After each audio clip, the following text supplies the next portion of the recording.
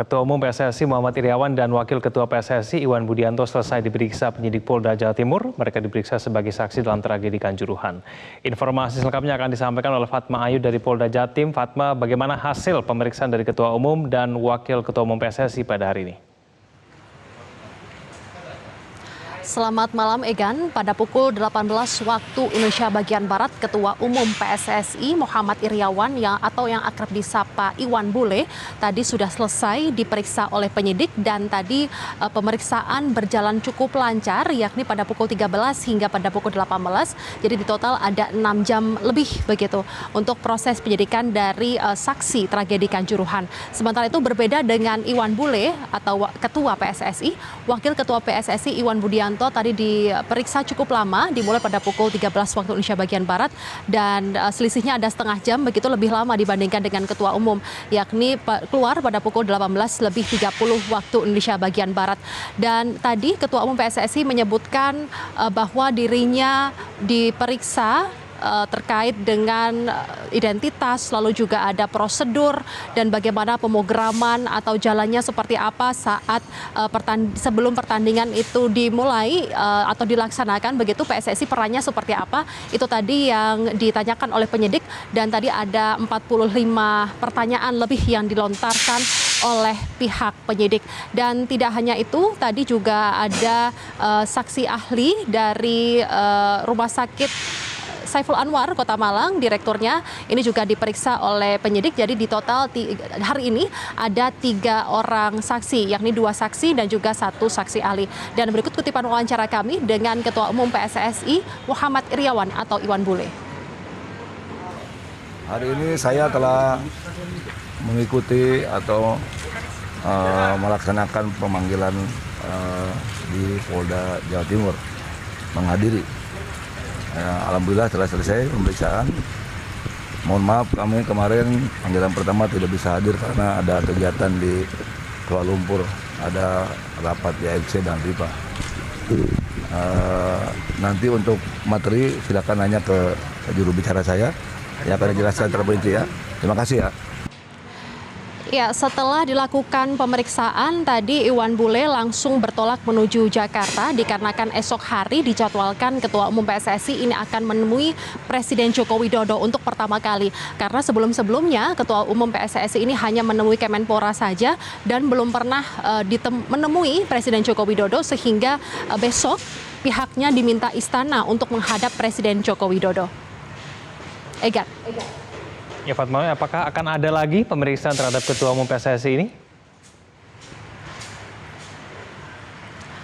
Ya, memang kami tadi sempat menanyakan hal tersebut kepada jubir dari PSSI, yakni Ahmad Riyad. Begitu, dalam hal ini memang belum ada informasi terbaru apakah Ketua PSSI maupun Wakil Ketua PSSI ini akan dipanggil lagi menjadi saksi, karena memang sebelum-sebelumnya baik itu para tersangka ataupun juga para saksi ini mereka masih dipanggil sebanyak 1 kali begitu oleh pihak Polda Jawa Timur.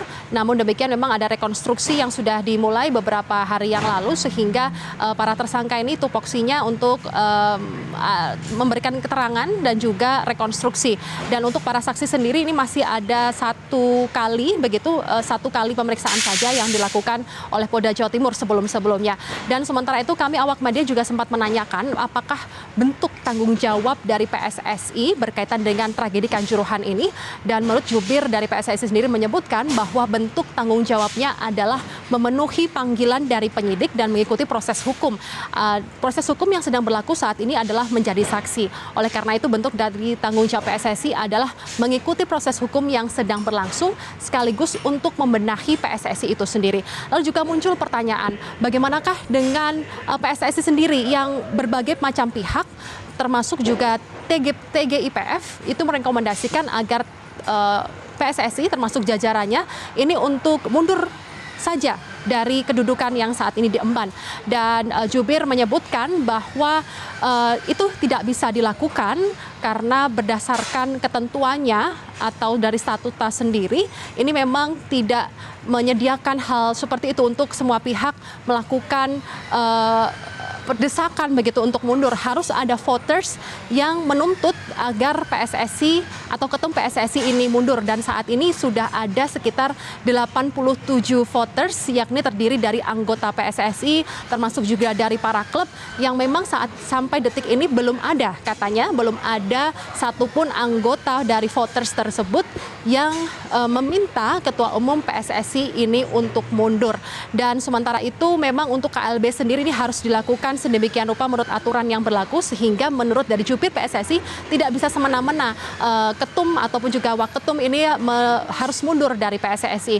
Sementara itu selain dari desakan mundur, ini PSSI juga diminta untuk membenahi dari intern atau juga dari Liga 1, 2, dan 3 ini juga terus digaungkan untuk dibenahi dari hari ke hari.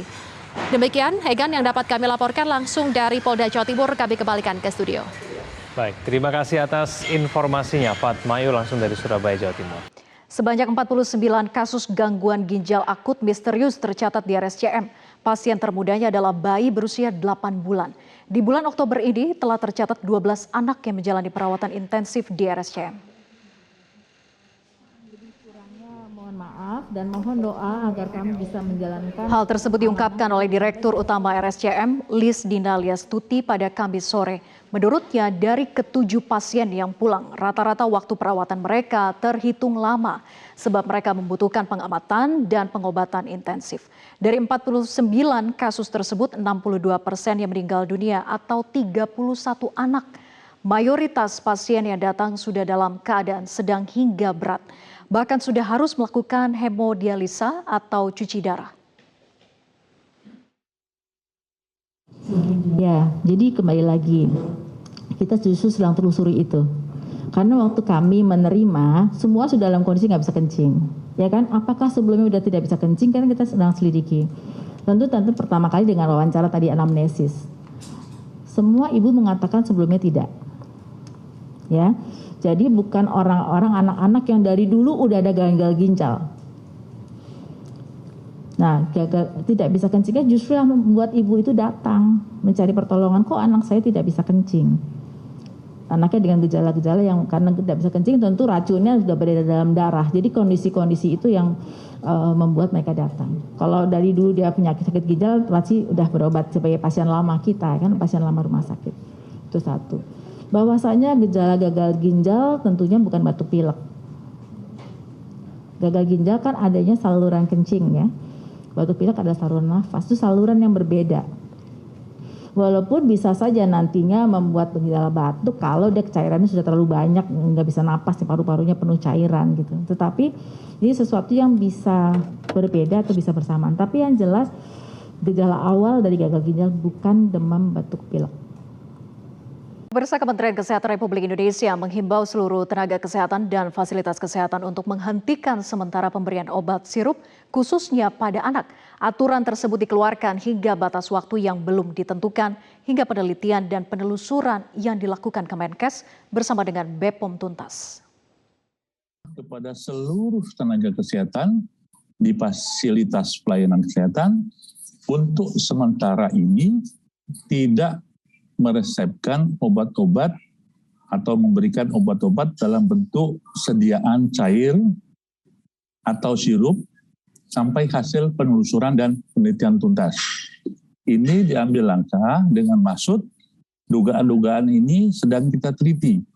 Nah, untuk menyelamatkan anak-anak kita yang lebih berat, maka diambil kebijakan untuk melakukan pembatasan ini.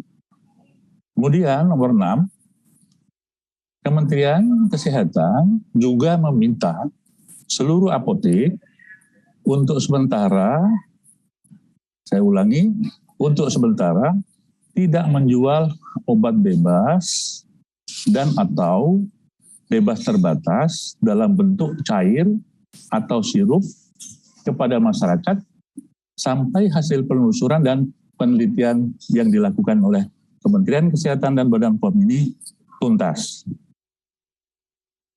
Yang nomor 7, Kementerian Kesehatan menghimbau kepada seluruh masyarakat untuk melakukan pengobatan anak sementara ini juga tidak mengkonsumsi obat dalam bentuk cair atau sirup tanpa berkonsultasi dengan tenaga kesehatan.